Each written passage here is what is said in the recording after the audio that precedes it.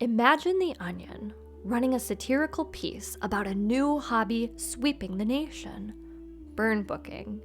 I think people would probably get a kick out of a parody news story about how the masses were increasingly choosing to spend their time cutting out pictures of people they don't like and writing mean stuff about them.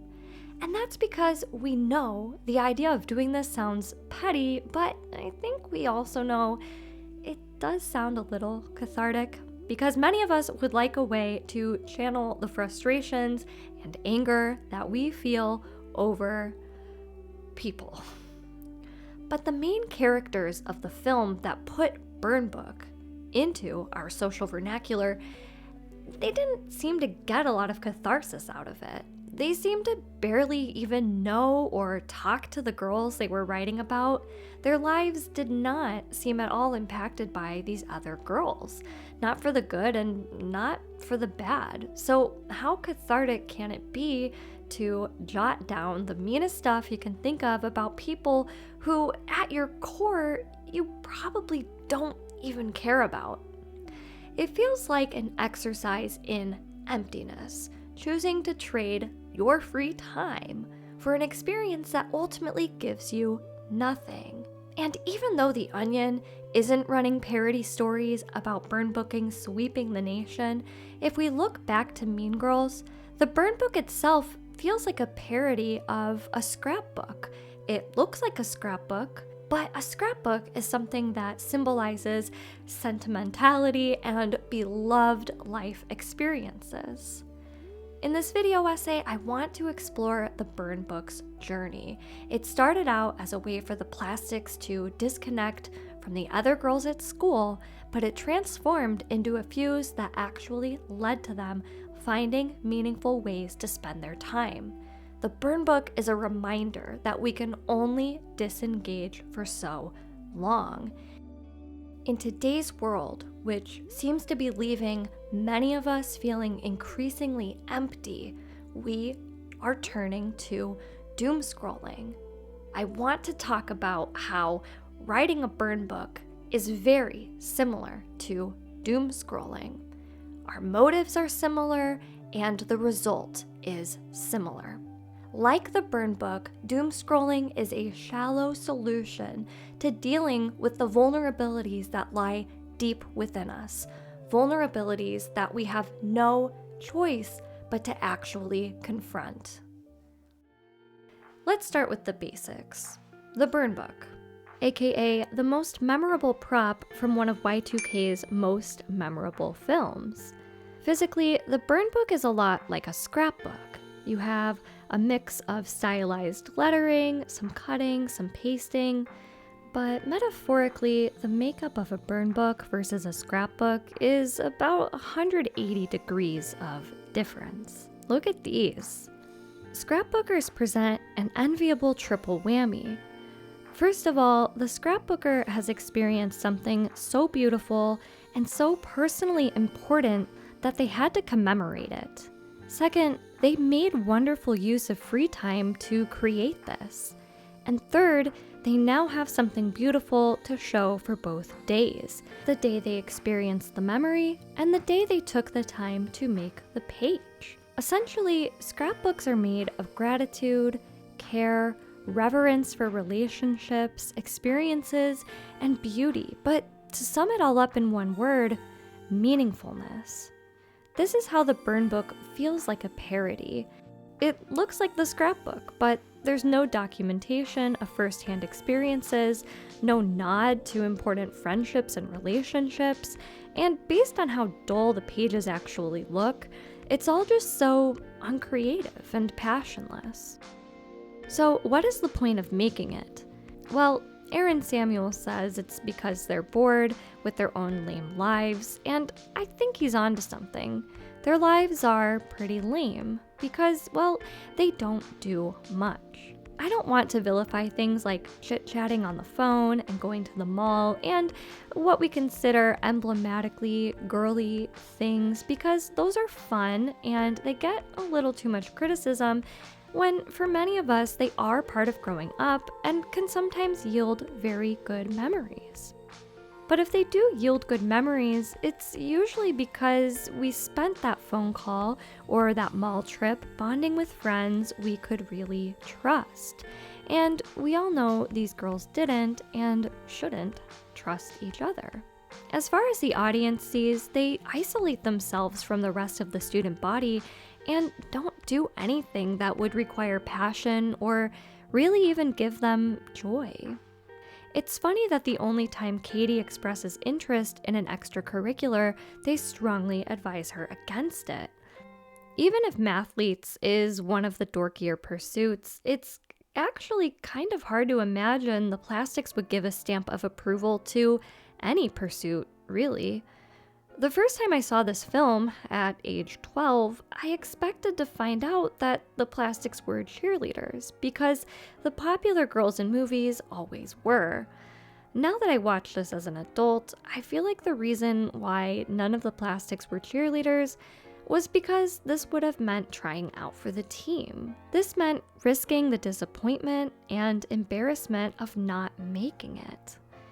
Now that I'm done being a teenager and a young adult, my armchair analysis here is that these girls are pushing down deep fears of looking imperfect. Kind of like they're living out the opposite of Babe Ruth's advice, letting the fear of striking out keep them from playing the game. But saying that their lives are shallow or empty is not some kind of mic drop of an analysis. This is all pretty obvious. Perhaps nothing makes it more obvious than the scrapbook parody that is The Burn Book. But for whatever reason, many of us do sometimes feel a pull to isolate or to feel nothing or to do nothing. And the way that this movie treats this kind of desired emptiness is really brilliant. It goes on to show that even mean girls who frankly have wasted a lot of their own time are capable of depth, that we all are. As the rising action of the plot is about to peak, we finally see Regina approach the burn book with something other than empty insults about people she doesn't talk to. We see her do something to express herself and what she just went through. We see her feel the uncomfortable emotions. She doesn't just drop her mouth in dismay and walk off to go distract herself with empty activities like burn booking. She's doing something. She's in touch with something she actually experienced and now feels. No, it's not positive, but it's real and it's raw. And for the first time, she's using the burn book as an outlet for true emotion. And indirectly to commemorate something she experienced firsthand: betrayal. Now, ultimately, she's creating a scheme to sow chaos and get back at her friends, so it's not exactly some healthy form of artistic expression. She's not exactly scrapbooking here. None of what's happening here is positive, but it's at least not empty. And it's interesting how this explosion of emotion and her inability to deny her true passionate feelings is the catalyst for things to ultimately get better, even if they do get worse for a bit at first. When Regina writes about herself in the burn book, I think that this is the point in the movie when the burn book is no longer a parody of meaning. Its significance has been elevated. It now has a lot of meaning. And it turns out that the emptiness it represented was always just a cover for what was lying deeper inside all the people who had a hand in writing it.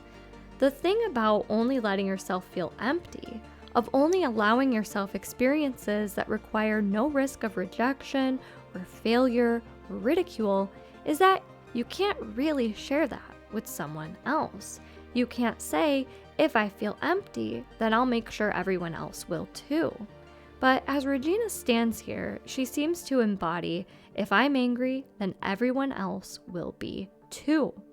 Because emotions and experience are how we connect to people, good or bad. After reflecting on nearly destroying Miss Norbury's life and reflecting on how she had upset Regina before Regina darted into the road without looking, Katie can't keep up the empty plastic facade that she had taken on. She feels remorse, she feels ownership, and she feels uncomfortable. Not things that go in a scrapbook either, but again, like Regina's anger, these things are deep and raw. And Katie uses these feelings to take action so that she and the people around her can feel empowered to go experience life, even though it is a lot of risk. I really enjoy how at the end of the film, when we see the plastics get into passions and hobbies, these don't necessarily come easy to them.